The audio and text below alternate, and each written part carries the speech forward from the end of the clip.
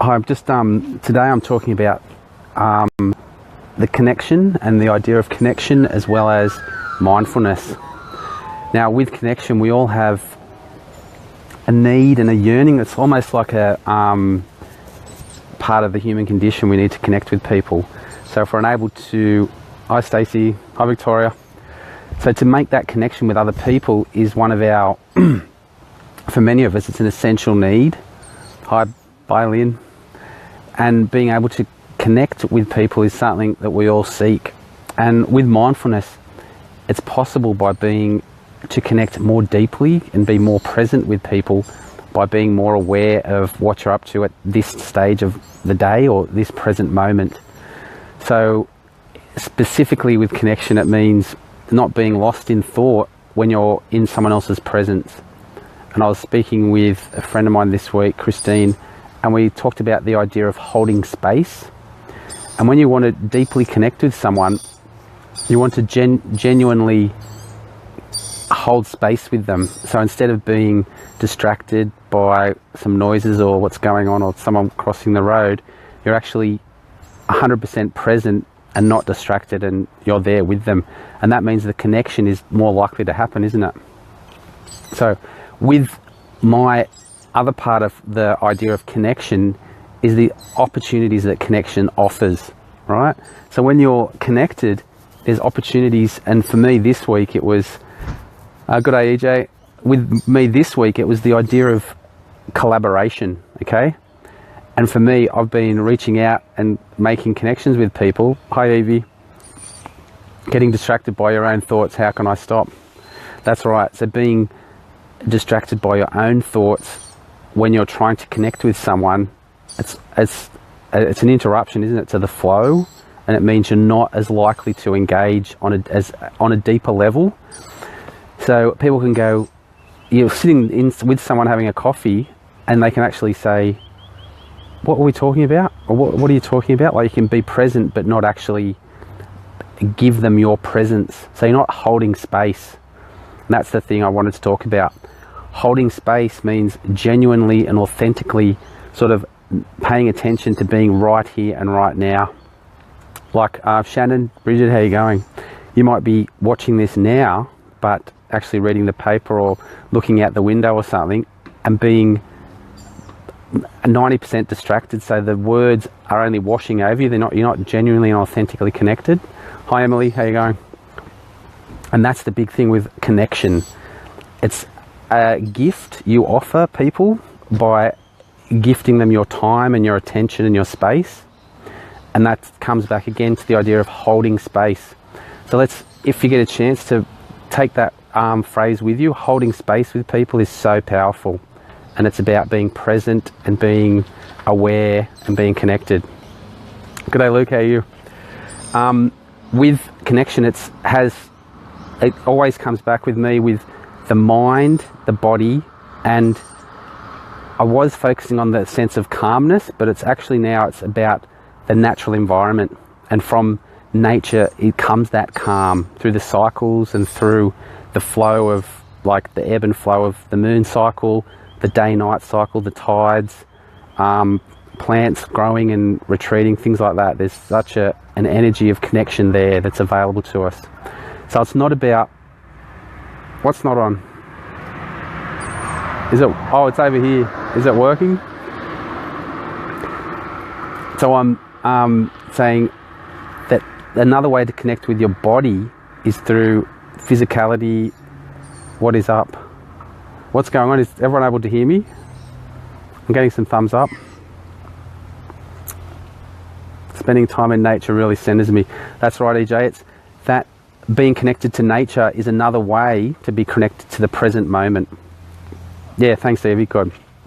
I'm just reflecting on the totality of connection is such a big thing, and what comes from connection is another big word with mindfulness, and it's called the idea of being meaningful. So when things are meaningful, we have a connection and an investment and a relationship to them. So it actually means something to us, doesn't it? So it's not a surface or a shallow, a passing fancy. So that's the difference. Shannon, I'll just confirm that I did start it and then restart it because I pressed the wrong thing, so it might be on the other one. Yeah, bad connection earlier, that's right, Cha. This one's working. Sorry to interrupt. Yeah, back to meaningful.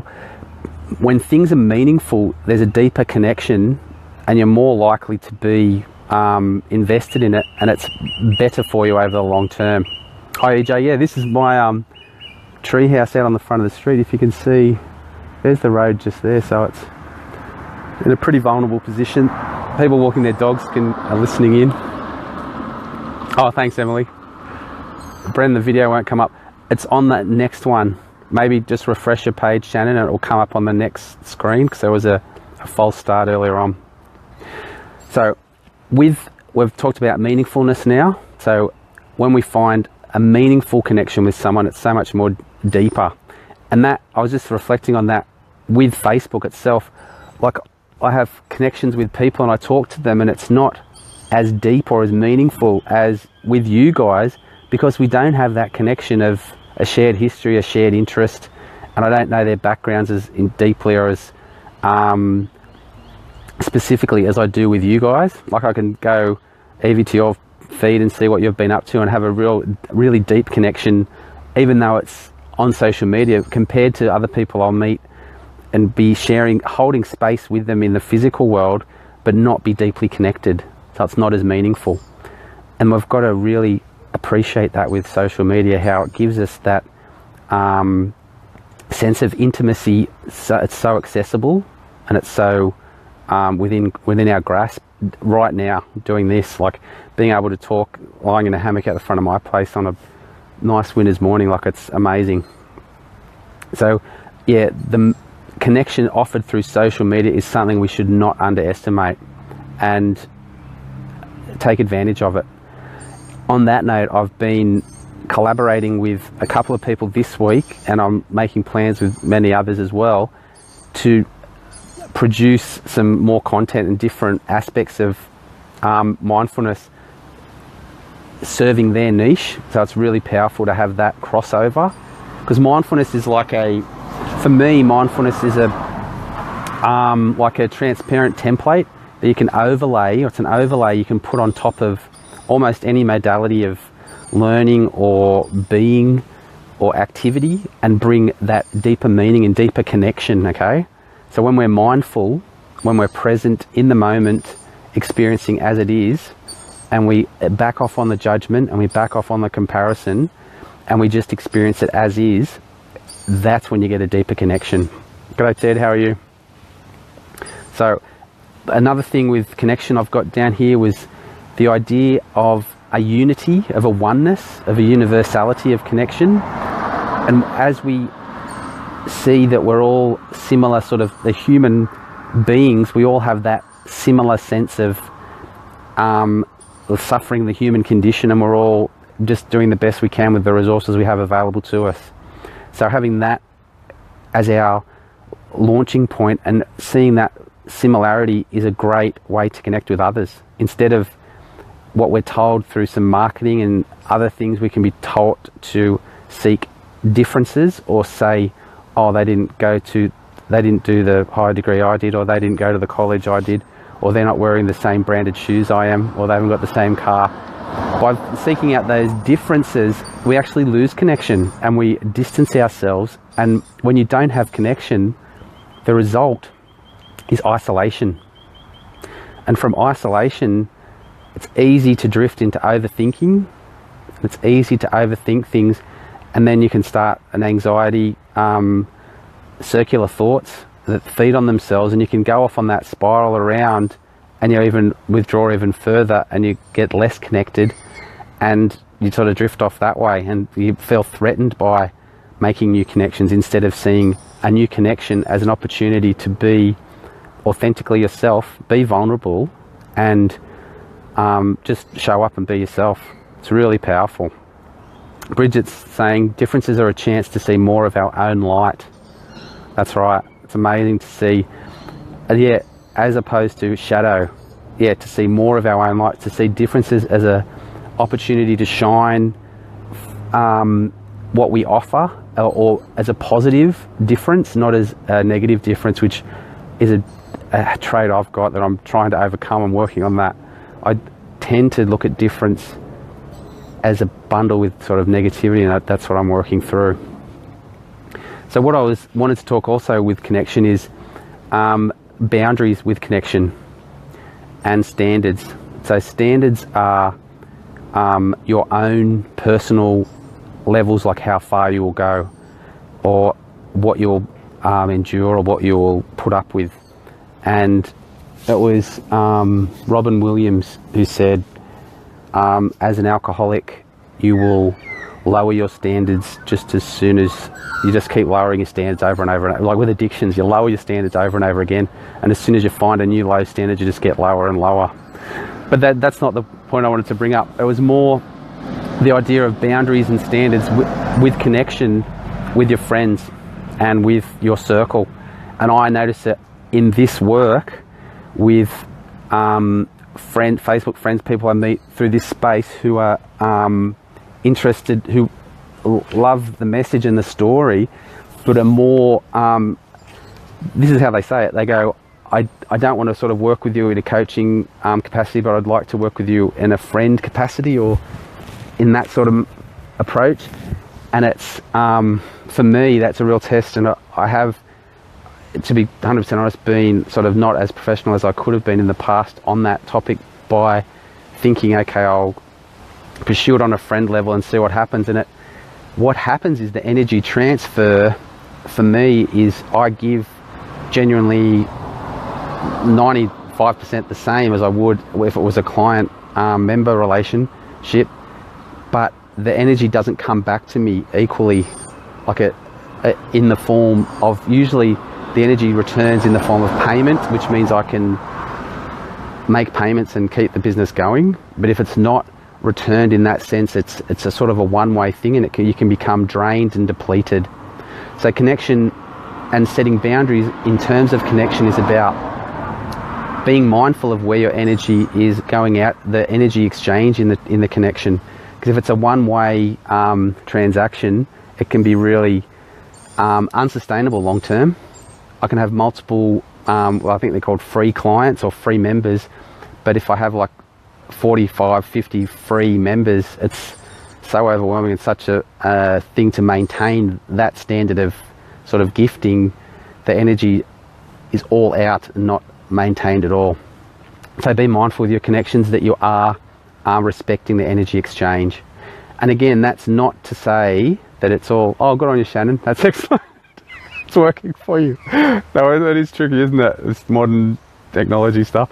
So the next thing with connection and meaningfulness is to be aware when you are connected with people for the wrong reasons, and there's one of the wrong reasons we let go under our guard is through sentimentality. Okay, hi Teresa.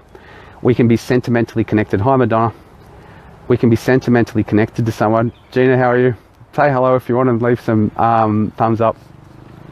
We can be sentimentally connected to people and feel obliged through a sense of loyalty to see them, like they go, oh, we should go for coffee, and you go, oh, I should go, I've known her for 25 years.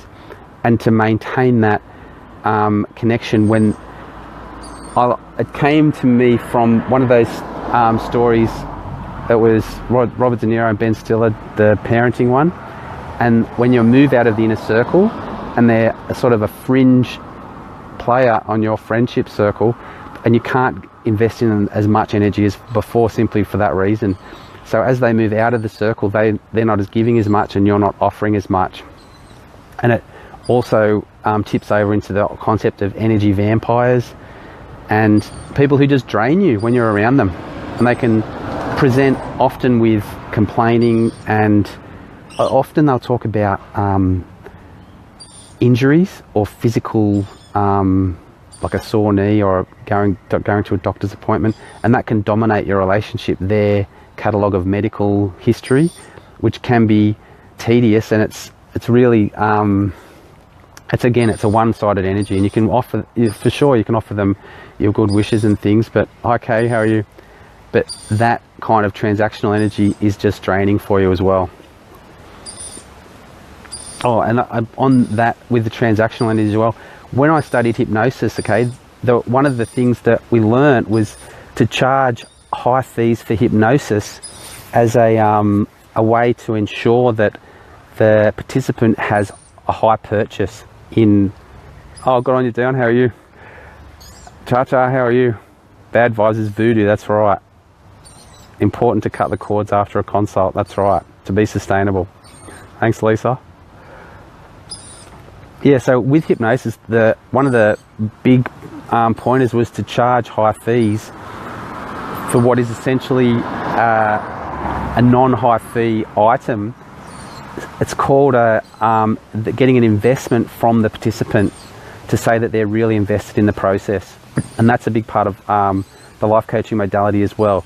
Doing free life coaching, the person can go, oh yeah, I had a go at that, didn't work, and just walk off. And they've got no personal investment in it succeeding or winning or getting a meaningful end result. So the connection is really one-sided again, because they're not invested in their own success. And when there's a test or it gets critically important that they have to push through and break through, and it can get uncomfortable, the member or the client can withdraw and go, oh, I'm not going to do this anymore.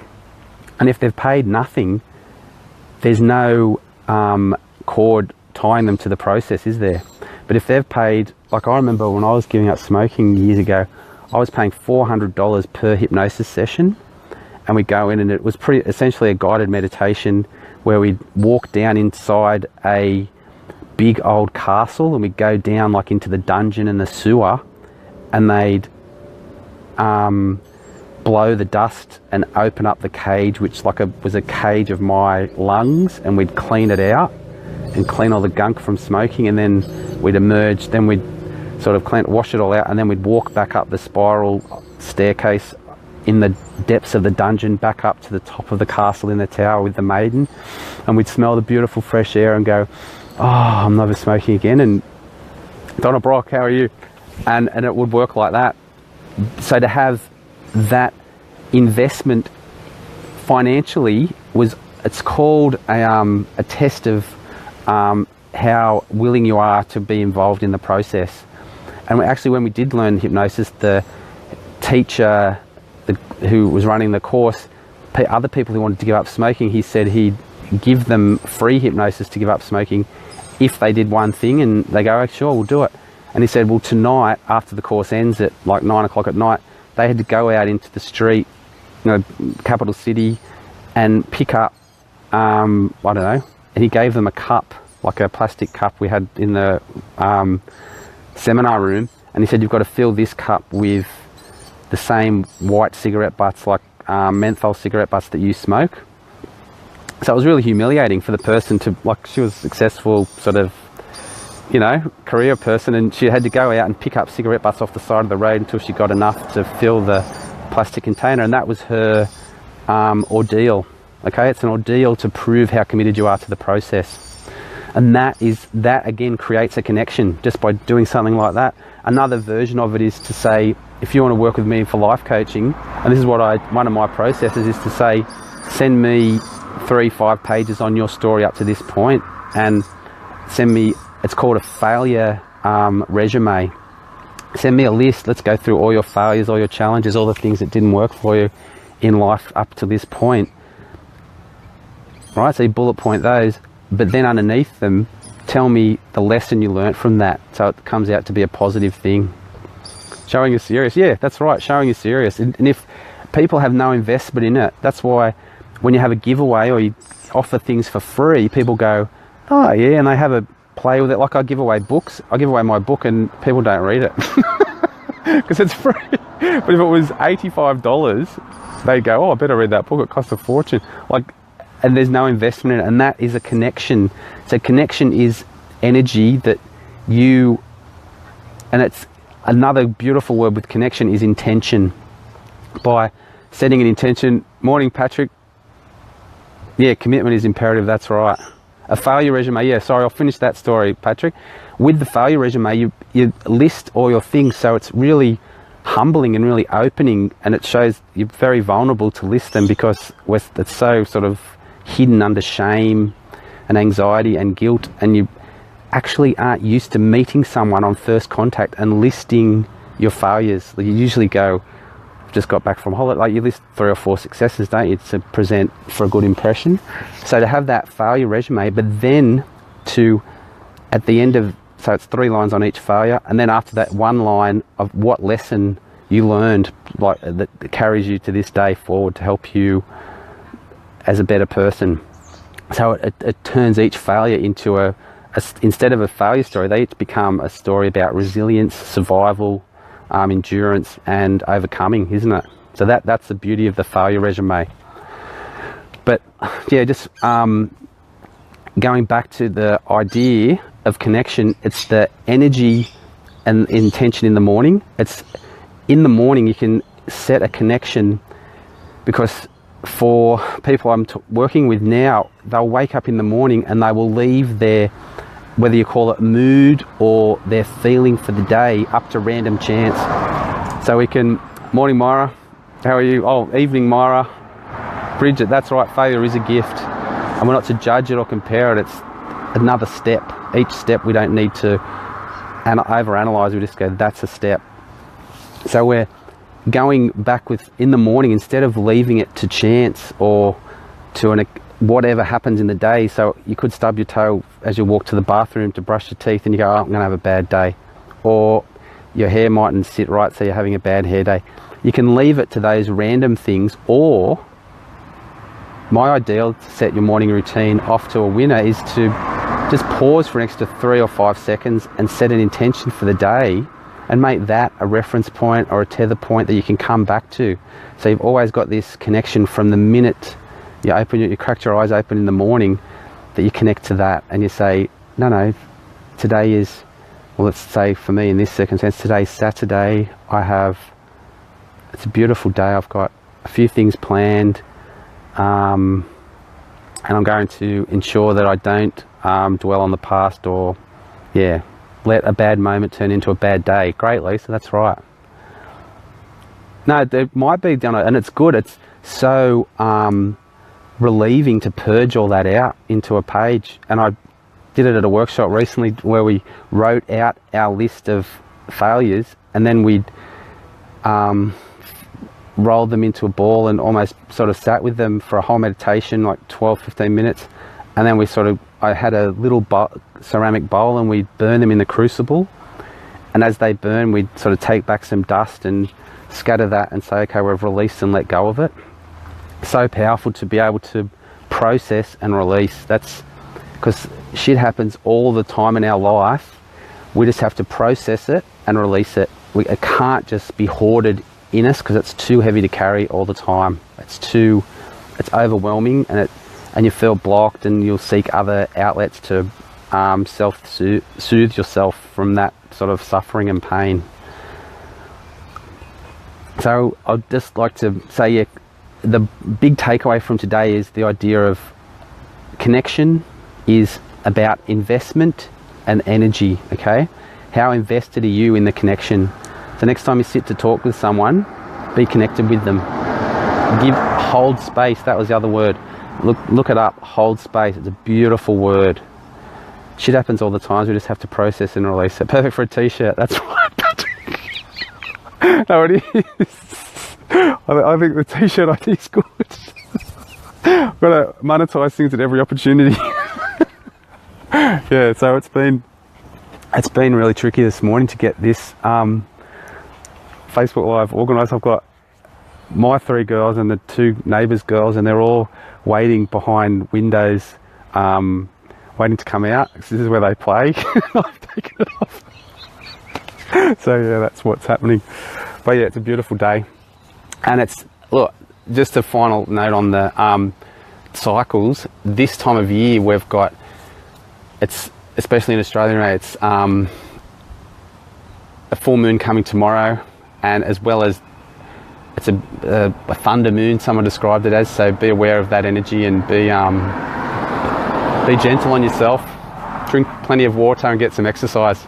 I'll answer all your comments below, and leave some more if you're ready to go. Thanks for joining me today. It's been really powerful. Thank you.